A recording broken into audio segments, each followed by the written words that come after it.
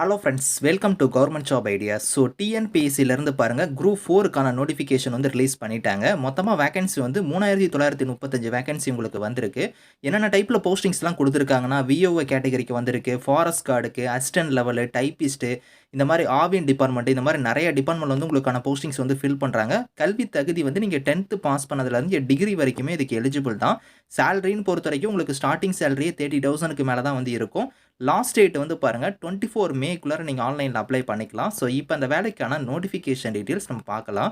நீங்கள் இப்போ தான் நம்ம சேனலுக்கு ஃபஸ்ட் டைம் வரீங்கன்னா சப்ஸ்கிரைப் பண்ணிக்கோங்க. ஓகே ஃப்ரெண்ட்ஸ், ஸோ டிஎன்பிஎஸ்சிலேருந்து பாருங்கள், குரூப் 4 சர்வீஸ்க்கான நோட்டிஃபிகேஷன் வந்து ரிலீஸ் பண்ணிட்டாங்க. ஸோ இதில் டேட் கொடுத்துருக்காங்க பாருங்கள். உங்களுக்கு ஆன்லைன் அப்ளிகேஷனோட லாஸ்ட் டேட் வந்து 24 மே தான் வந்து லாஸ்ட் டேட்டு. ஸோ அதே மாதிரி உங்களுக்கு அப்ளிகேஷனோட கரெக்ஷன் விண்டோ வந்து என்னைக்கு ஓப்பன் ஆகுதுன்னா 29 மேலேருந்து 31 மே வரைக்கும் நீங்கள் கரெக்ஷன் பண்ணிக்கலாம் application. Date and time of examination வந்து பாருங்கள் 12th ஜூலை தான் வந்து உங்களுக்கான எக்ஸாம் வந்து இருக்கும் அப்படிங்கிற மாதிரி வந்து கொடுத்துருக்காங்க. ஸோ இதில் வந்து பாருங்கள், உங்களுக்கு போஸ்டிங்ஸை பொறுத்த வரைக்கும் உங்களுக்கு நிறைய டைப்பில் போஸ்டிங்ஸ் வந்திருக்கு. அதாவது வில்லேஜ் அட்மினிஸ்ட்ரேட்டிவ் ஆஃபீஸர் விஓஓ கேட்டகரிக்கு வந்து பாருங்கள் 215 வேகன்சி கொடுத்துருக்காங்க. ஜூனியர் அசிஸ்டன்ட்ல வந்து நான் செக்யூரிட்டி கேட்டகரிக்கு வந்து 1621 வேகன்சி இருக்குது. ஜூனியர் அசிஸ்டன்ட்லேயே இன்னொரு கேட்டகரி, அதாவது ஆதி டிரைவர் டிபார்ட்மெண்ட்டுக்கு அப்ளை பண்ணுறீங்கன்னா அதுக்கு வந்து 6 வேகன்சி இருக்குது. ஃபாரஸ்ட் பிளான்டேஷனுக்கு வந்து ஒரு 5 வேகன்சி, அதுக்கப்புறம் ஜூனியர் அசிஸ்டன்ட்ல செக்யூரிட்டிக்கு வந்து 46 வேகன்சி, அதுக்கப்புறம் ரெவன்யூ இன்ஸ்பெக்டருக்குலாம் வந்து பாருங்கள் 239 வேகன்சி கொடுத்துருக்காங்க. அதுக்கப்புறம் ஜூனியர் எக்ஸிக்யூட்டிவ் லெவல் போஸ்டிங்கு, உங்களுக்கு டைப்பிஸ்ட் கேட்டகரிக்கு வந்து பாருங்கள் 1099 வேகன்சி இருக்குது. ஸ்டெனோ டைப்பிஸ்ட் கேட்டகரி, அதுக்கப்புறம் கிளர்க்கு, அசிஸ்டன்ட், ஃபீல்ட் அசிஸ்டன்ட், அதுக்கப்புறம் ஃபாரஸ்ட் கார்டு கேட்டகரிக்குமே வந்து பாருங்கள் இதுலேயே வந்து போஸ்டிங் வந்து ஃபில் பண்ணுறாங்க. Forest card with driving licence, forest வாட்சரு, இந்த மாதிரி வந்து உங்களுக்கு வந்து இதுக்குமே வேகன்சி வந்து கொடுத்துருக்காங்க. ஓவராலாக வந்து 3935 வேகன்சி உங்களுக்கு வந்திருக்கு. ஸோ அந்த வேகன்சி எல்லாமே அந்தந்த டிபார்ட்மெண்ட் வைஸாக உங்களுக்கு வந்து கொடுத்துருக்காங்க. சேலரியுமே pay level 3, pay level 5, pay level 6 இந்த மாதிரி வந்து உங்களுக்கு இருக்கும். ஸோ ஸ்டார்டிங் சேலரி உங்களுக்கு 30,000க்கு மேலே தான் வந்து இருக்கும். ஏஜ் லிமிட் வந்து பாருங்கள், உங்களுக்கு வந்து இந்த 1/7/2025 படி உங்களுக்கு ஏஜ் வந்து இந்த இதில் கொடுத்துருக்க ஏஜ் லிமிட் வந்து கம்ப்ளீட் ஆயிருக்கணும் அப்படிங்கிறத கொடுத்துருக்காங்க.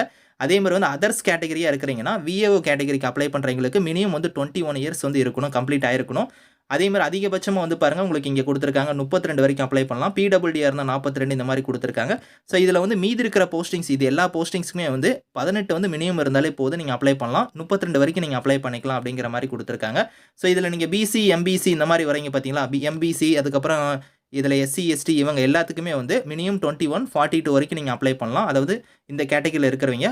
இதே நீங்கள் மீதி இருக்கிற போஸ்டிங்ஸ் எல்லாத்துக்கும் வந்து பார்த்தீங்கன்னா மினிமம் 18, மேக்ஸிமம் வந்து பாருங்கள் பிசி, எம்பிசி இதுக்கெலாம் வந்து 34, எஸ்சி, எஸ்டியாக இருந்தீங்கன்னா 37 வரைக்கும் அப்ளை பண்ணலாம் அப்படிங்கிற மாதிரி உங்களுக்கு ஏஜ் லிமிட்டுமே கொடுத்துருக்காங்க.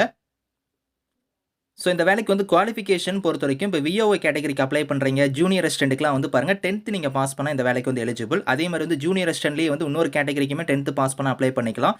ரெவன்யூ இன்ஸ்பெக்டருக்குமே 10th முடிச்சவங்க அப்ளை பண்ணிக்கலாம். அதே ஜூனியர் எக்ஸிக்யூட்டிவ் லெவல் போஸ்டிங்ஸ்க்குலாம் வந்து பாருங்கள், இது வந்து கோஆபரேட்டிவ் டிபார்ட்மெண்ட்டில் வரும், ஆவின் டிபார்ட்மெண்ட். இதுக்கு வந்து டிகிரி முடிச்சிருக்கணும், கோஆபரேட்டிவ் ட்ரைனிங்குமே நீங்கள் பாஸ் பண்ணியிருக்கணும் அப்படிங்கிற மாதிரி கொடுத்துருக்காங்க. ஸோ அதுக்கு அடுத்த கேட்டகரி வந்து பாருங்கள் டைப்பிஸ்ட், ஜூனியர் அசிஸ்டன்ட் கம் டைப்பிஸ்ட்டுக்குலாம் வந்து நீங்கள் டிகிரி முடிச்சவங்க அப்ளை பண்ணலாம். டைப் ரைட்டிங் வந்து நீங்கள் முடிச்சிருக்கணும். ஸோ அதே மாதிரி வந்து டைப்பிஸ்ட்லேயே இன்னொரு கேட்டகரிக்குமே 10th முடிச்சுட்டு நீங்கள் வந்து டைப் ரைட்டிங் முடிச்சவங்க வந்து அப்ளை பண்ணிக்கலாம். ஸோ அது மாதிரி வந்து டைப்பிஸ்ட் கேட்டகரிக்குமே டிகிரி முடிச்சுட்டு டைப் ரைட்டிங் முடிச்சவங்க அப்ளை பண்ணலாம். ஸ்டெனோ டைப்பிஸ்ட்டுக்குமே கொடுத்துருக்காங்க 10th முடிச்சுட்டு டைப்பிங் முடிச்சவங்க அப்ளை பண்ணுற மாதிரி. இந்த மாதிரி வந்து ஒரு கேட்டகரிக்குமே வந்து பாருங்கள் 12th முடிச்சவங்க கூட அப்ளை பண்ணுற மாதிரி போஸ்டிங்ஸ் வந்து உங்களுக்கு வந்து இருக்குது. அது எந்த கேட்டகரினா வந்து உங்களுக்கு கீழே வந்து பாருங்கள், உங்களுக்கு வந்து ஃபாரஸ்ட் கேட்டகரிக்குலாம் வந்து 12th முடிச்சவங்க வந்து அப்ளை பண்ணலாம். அதாவது ஃபாரஸ்ட் கார்டுக்குலாம் வந்து 12th நீங்கள் முடிச்சவங்க வந்து அப்ளை பண்ணுற மாதிரி வந்து கொடுத்துருக்காங்க. ஸோ அதே மாதிரி வந்து பாருங்கள், உங்களுக்கு வந்து ஃபாரஸ்ட் வாட்சருக்கு 10th முடிச்சுட்டு நீங்கள் வந்து ஸோ இதில் கொடுத்துருக்கிற மாதிரி அவங்க கேட்டிருக்கூடிய இதில் வந்து நீங்கள் அந்த குவாலிஃபிகேஷன் வச்சிருந்தா நீங்கள் அப்ளை பண்ணிக்கலாம். ப்ரிஃபரன்ஸாக தான் கொடுக்குறாங்க. 10th முடிச்சவங்களே அப்ளை பண்ணிக்கலாம். ஃபாரஸ்ட் கார்டுக்குலாம் நீங்கள் வந்து பாருங்கள், ஸோ இதில் கொடுத்துருக்கிற மாதிரி 12th முடிச்சுட்டு நீங்கள் அந்த கன்சர்ன் சப்ஜெக்ட்டில் வந்து நீங்கள் ஏதோ ஒரு சப்ஜெக்ட் எடுத்து படிச்சிருக்கணும் அப்படிங்கிற மாதிரி சொல்லியிருக்காங்க. ஸோ இதெல்லாம் நீங்கள் வந்து கரெக்டாக செக் பண்ணிக்கோங்க. ஸோ இதில் ஒரு சில இதுக்கு வந்து கோஆபரேட்டிவ் ட்ரைனிங் வந்து நீங்கள் முடிச்சவங்க வந்து அப்ளை பண்ணலாம். அப்படி இல்லைன்னா ஸோ நீங்கள் பிகாமோ இல்லைனா அதில் கொடுத்துருக்க அந்த பிஎஸ்சி, பிகாம் அந்த மாதிரி கொடுத்துருக்காங்க பாருங்கள், அதில் வந்து நீங்கள் அந்த கோஆபரேட்டிங் ரிலேட்டடாக நீங்கள் முடிச்சவங்களும் அப்ளை பண்ணுற மாதிரி இதில் கொடுத்துருக்காங்க. ஸோ இதில் இந்த ஃபாரஸ்ட் கார்டு, இந்த ஃபாரஸ்ட் வாட்சர் இந்த மாதிரி கேட்டகரிக்கெலாம் வந்து பார்த்தீங்கன்னா ஃபிசிக்கல் வந்து உங்களுக்கு செக் பண்ணுவாங்க. அது வந்து பார்த்தீங்கன்னா நீங்கள் ஹைட்டு, ஜெஸ்ட்டு, வெயிட் இதெல்லாம் வந்து பாருங்கள் எவ்வளோ இருக்கணும் அப்படிங்கிறதையுமே வந்து கொடுத்துருக்காங்க. ஐசைட்லாம் வந்து கொடுத்துருக்காங்க. நீங்கள் செக் பண்ணி பார்த்துக்கோங்க. ஸோ ஸ்கீம் ஆஃப் எக்ஸாமினேஷனை பொறுத்த வரைக்கும் பார்ட் ஏல வந்து தமிழ் எலிஜிபிலிட்டி டெஸ்ட் வந்து உங்களுக்கு இருக்கும். பார்ட் பியில் வந்து ஜென்ரல் ஸ்டடீஸு, பார்ட் சியில் வந்து பாருங்கள் ஆப்டிடியூடு, மென்டல் எபிலிட்டி இந்த மாதிரி வந்து இருக்கும். 200 கொஸ்டின்ஸ் வந்து வரும், 300 மார்க் வந்து இருக்கும். 3 ஹவர்ஸ் உங்களுக்கான எக்ஸாம் வந்து நடக்கும். ஸோ அதே மாதிரி வந்து பார்த்தீங்கன்னா உங்களுக்கு வந்து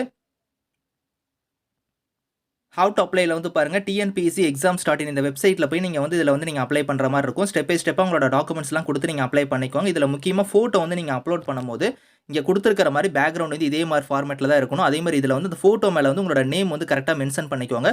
இதில் கொடுத்துருக்காங்களா டேட், அந்த டேட் வந்து பார்த்தீங்கன்னா இந்த நோட்டிஃபிகேஷன் எப்போ ரிலீஸ் ஆனிச்சோ அந்த டேட்டுக்கு அப்புறம் எடுக்கக்கூடிய ஃபோட்டோவாக இருக்கணும். நீங்கள் வந்து டேட் ஆஃப் பர்த்லாம் அதில் போட்டுறாதீங்க. அந்த நோட்டிஃபிகேஷன் எப்போ இதுக்கு வந்திருக்கோ அந்த டேட்டில் அப்புறம் நீங்கள் வந்து எடுத்த ஃபோட்டோவாக தான் இருக்கணும். அந்த டேட்டு தான் நீங்கள் அதில் மென்ஷன் பண்ணணும் அப்படிங்கிறத வந்து இங்கே தெளிவாக கொடுத்துருக்காங்க. ஸோ அதையும் பார்த்துக்கோங்க.